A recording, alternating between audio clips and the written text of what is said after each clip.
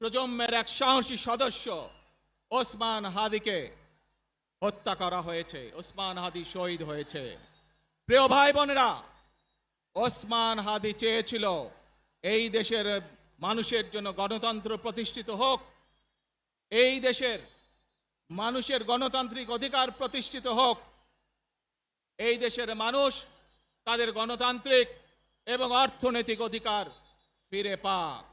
আজ 24-এর আন্দোলনে যারা শহীদ হয়েছেন, ওসমান হাদি সহ 71-এ যারা শহীদ হয়েছেন, বিগত স্বৈরাচারের সময় বিভিন্নভাবে খুন-গুমের শিকার হয়েছেন, এই মানুষগুলোর রক্তের ঋণ যদি শোধ করতে হয়, আসুন আমরা আমাদের সেই প্রত্যাশিত বাংলাদেশ গড়ে তুলব, যেখানে আমরা সকলে মিলে কাজ করব, যেখানে আমরা সকলে মিলে আমাদের প্রত্যাশিত বাংলাদেশকে গড়ে তুলব।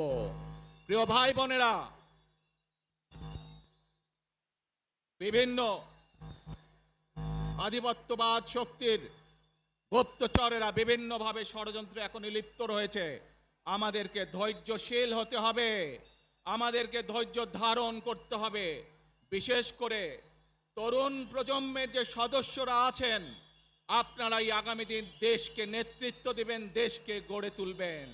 এই দায়িত্ব তরুণ প্রজন্মের সদস্যদেরকে আজ গ্রহণ করতে হবে, যাতে করে এই দেশকে আমরা সুন্দরভাবে গড়ে তুলতে পারি।